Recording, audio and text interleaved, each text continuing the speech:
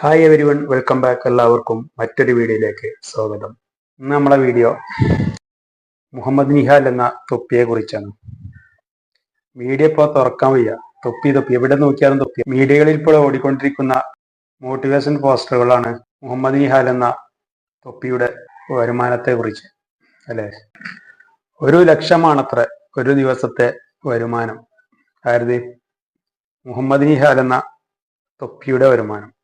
തൊപ്പിയെ കുറ്റം പറഞ്ഞ് നടക്കാതെ അവനെ മാതൃകയാക്കാനാണ് മിക്ക പോസ്റ്റുകളുടെയും ഇപ്പോഴത്തെ ആഹ്വാനം. ഒറ്റ നോട്ടത്തിൽ ശരിയാണ് താനും, നല്ല വരുമാന മാർഗം തന്നെയാണ്. എന്റെ കാഴ്ചപ്പാടിൽ ഒരു സംശയമില്ല. പക്ഷെ എന്താണ് ഇതിലെ സന്ദേശം? ആരെങ്കിലും ചിന്തിച്ചിട്ടുണ്ടോ? ഈ പറയുന്ന കഥാപാത്രം തന്നെ എന്ന് വെച്ചാൽ മുഹമ്മദ് നിഹാൽ എന്ന തൊപ്പി ജീവിതം അടുത്തെന്ന് പറഞ്ഞ് ഓൺലൈനിൽ വന്നിരുന്നു. നിങ്ങൾ ആരെങ്കിലും അത് കണ്ടിരുന്നോ? ശ്രദ്ധിച്ചിരുന്നോ? ഒറ്റ മുറിയിൽ അടച്ചിരുന്ന് വീട്ടുകാരോടും നാട്ടുകാരോടും കുടുംബക്കാരോടും ആരോടും ഒരു ബന്ധവുമില്ലാതെ ആർക്കൊക്കെയോ വേണ്ടി ലൈവ് സ്ട്രീം ചെയ്യുന്നു. കൂടാതെ കുറെ കോപ്രായങ്ങളും. ഇത് കാണാനും അതിനെ പച്ചപിടിപ്പിക്കാനും നമ്മളെ പോലുള്ള കുറെ മനുഷ്യരും, അല്ലേ? ശരിയല്ലേ?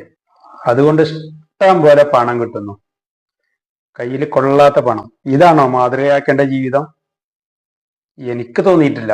പണം മാത്രമാണ് നമ്മുടെ ജീവിതത്തിന്റെ ലക്ഷ്യം. മനുഷ്യൻ ഒരു സാമൂഹിക ജീവിയാണ്, അല്ലെ? അതിലാർക്കൊരു സംശയമില്ലല്ലോ. സ്വന്തത്തോടും കുടുംബത്തോടും സമൂഹത്തോടും ദേശത്തോടും ഇതുപോലെ കുറെ ഉത്തരവാദിത്തങ്ങളുണ്ട് നമുക്ക് മനുഷ്യർക്ക്, ഇല്ലേ?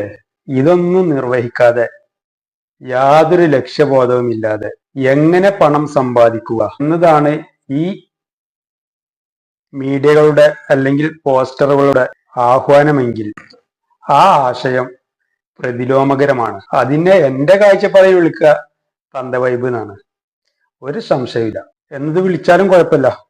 തന്തവൈബ് കൊണ്ടാണ് ഇപ്പൊ ലോകം ചലിക്കുന്നത്. മാനവരാശി നിലനിന്ന് പോകുന്നത് വരെ തന്തവൈബ് കൊണ്ടാണ്. ഒരു സംശയമില്ല ഇതില്.